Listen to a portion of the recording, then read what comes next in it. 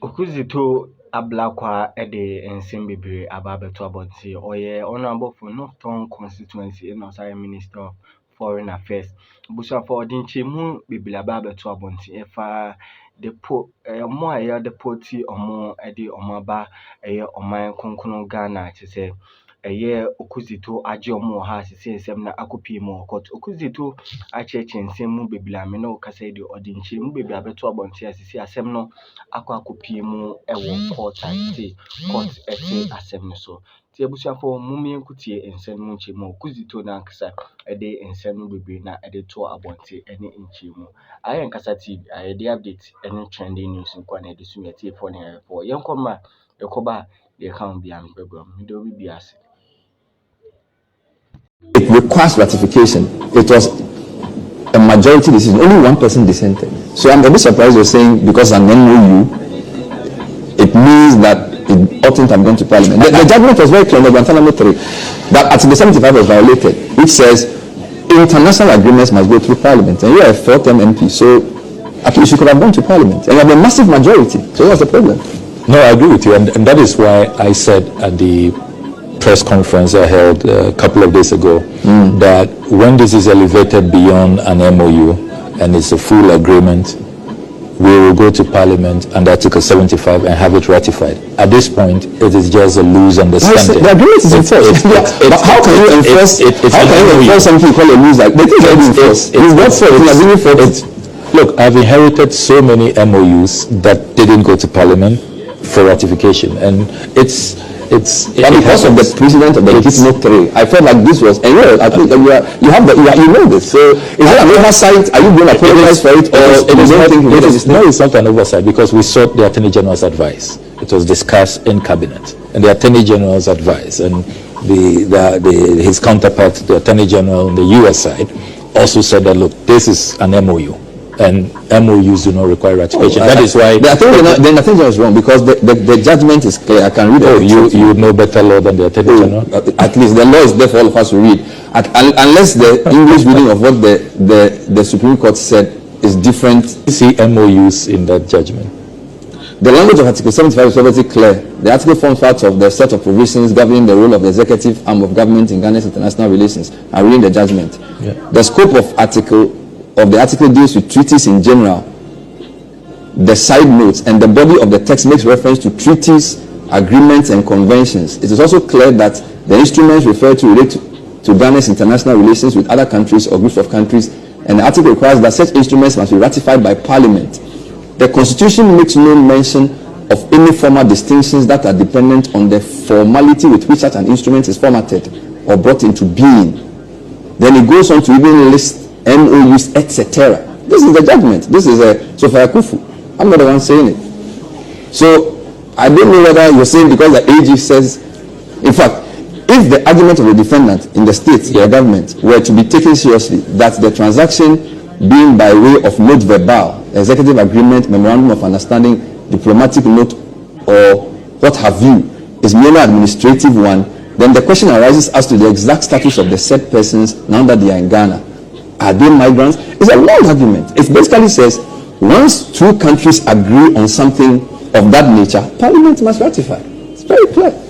We are working with the Attorney General's advice, and the Attorney General's advice is that when this is elevated, Ablakwa is saying that the Attorney General says so. We don't believe that. But I just got a text from PRESEC, our people, or that there Chris Fifi Johnson, who campaigned for the NDC heavily during the election.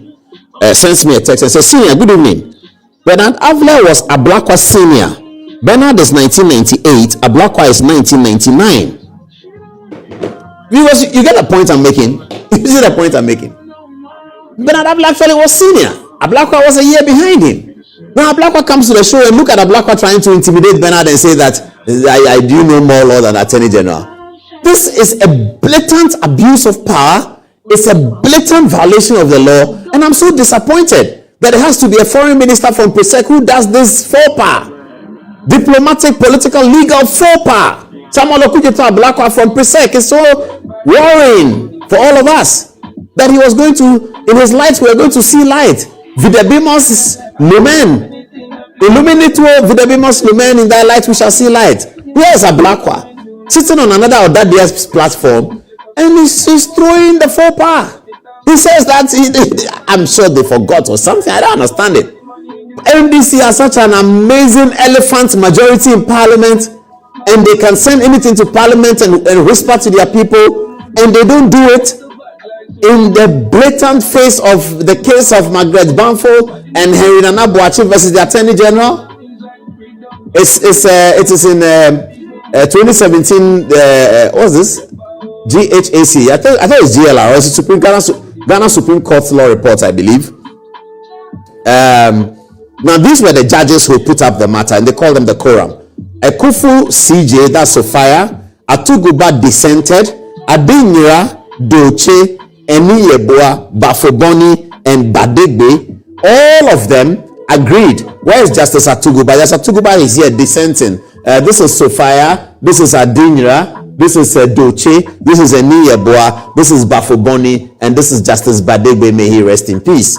With Atuguba dissenting. 1, 2, 3, 4, 5, 6, 1 decision of the court that the government of Ghana is not able to bring in people as Gitmo 3 and say that it was based on a memorandum of understanding.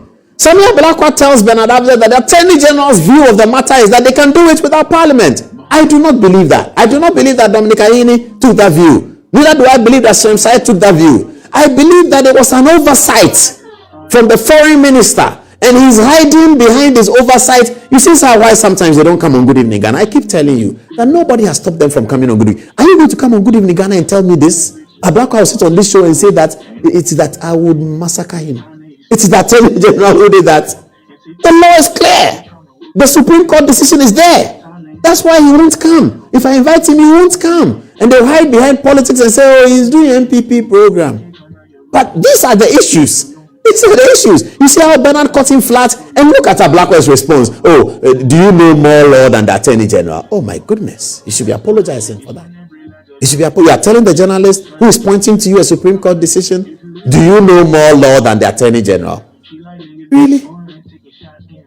Well, I've heard Nana Boakye say that he's going back to the Supreme Court to do this. But I use this example to show how journalism can work in Ghana. If Bernard Abzeh did not conduct this interview, we will all not be talking about this. He didn't conduct the interview. He didn't pierce the veil. Now, these are the people who did the case. J. Bafo, our favorite Good Evening Ghana friend, Henry Nana Boakye and Madame Bamfo, they went to court in 2016 to challenge the decision of the Mahama administration. Marietta Brew then was the Attorney General. Dominic Ayini, today the Attorney General, was a Deputy Attorney General. They went to Supreme Court and obtained a 6-1 decision against the government. It was a case that was lost to the Attorney General. And it beats anyone's imagination why the same group of people come back to power, do the same thing, repeat the same mistake. The same illegality has been repeated in all fours. It is falling on all fours with this one. The exact same illegality has been repeated, except that some of the actors are different. The president is the same. The foreign minister was Hannah Tete. Now it's Okudzeto Ablakwa. The attorney general was Marietta Brew. Now it's Dominic Ayini, who was in fact the deputy to Marietta Brew. These are two gentlemen. Ablakwa was struggling on the show last night. I'll show you the video. But these are two gentlemen seated. On the right is the journalist asking the questions. On the left is the